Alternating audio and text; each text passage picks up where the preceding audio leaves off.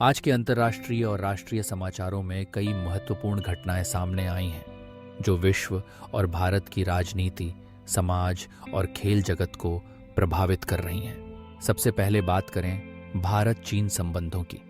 31 अगस्त 2025 को तियानजिन, चीन में शंघाई सहयोग संगठन SCO शिखर सम्मेलन के दौरान भारतीय प्रधानमंत्री नरेंद्र मोदी और चीनी राष्ट्रपति शी जिनपिंग के बीच एक अहम द्विपक्षीय बैठक हुई।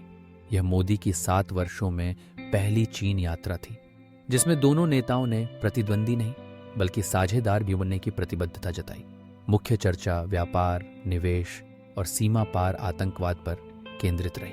मोदी ने भारत चीन व्यापार घाटा, जो वित्त वर्ष 2024-25 में लगभग $100 अरब तक पहुंच गया है, कम करने की आवश्यकता पर बल दिया। दोनों देशों ने प्रत्यक्ष उद्यानों की बहाली, रणनीतिक वस्तुओं पर निर्यात प्रतिबंध हटाने और वीजा नीतियों में ढील देने पर सहमति जताई। इसके अलावा मोदी ने शी को 2026 के ब्रिक्स शिखर सम्मेलन के लिए भारत आमंत्रित किया, जिसे शी ने स्वीकार कर लिया।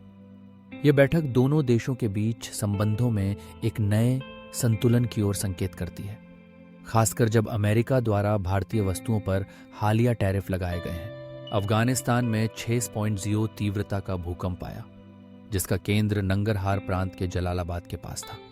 झटके दिल्ली तक महसूस किए गए। शुरुआती रिपोर्टों के अनुसार कम से कम 9 लोगों की मौत और 15 घायल हुए हैं। यह घटना क्षेत्र की भूकंपीय संवेदनशीलता और आपदा प्रबंधन की चुनौतियों को उजागर करती है।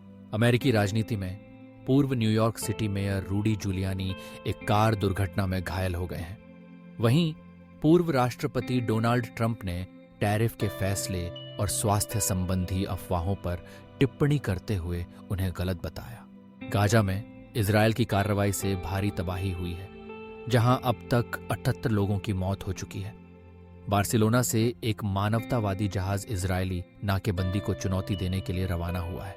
भारत में मराठा आरक्षण को लेकर आंदोलन जारी है, जिसमें कार्यकर्ता जरंगे पाटिल ने मांगे न माने जाने पर जल त्यागने की धमकी दी है। बिहार के मतदाता सूची के दावों और आपत्तियों की समय सीमा समाप्त हो गई है और अब सुप्रीम कोर्ट की ओर सबकी नजरें हैं। पंजाब, हिमाचल प्रदेश और उत्तराखंड में बाढ़ और भारी बारिश से हालात गंभीर हैं। पंजाब के मुख्यमंत्री ने केंद्र सरकार से 60,000 करोड़ रुपए की राहत राशि मांगी है। दिल्ली में एक व्यक्ति को अपनी पत्नी और सास की हत्या के आरोप में गिरफ्तार किया गया है। हाल ही में ऑनलाइन पेड गेम्स पर सरकार द्वारा प्रतिबंध के बाद एक प्रमुख गेमिंग कंपनी भारतीय कर्मचारियों की छंटनी की योजना बना रही है।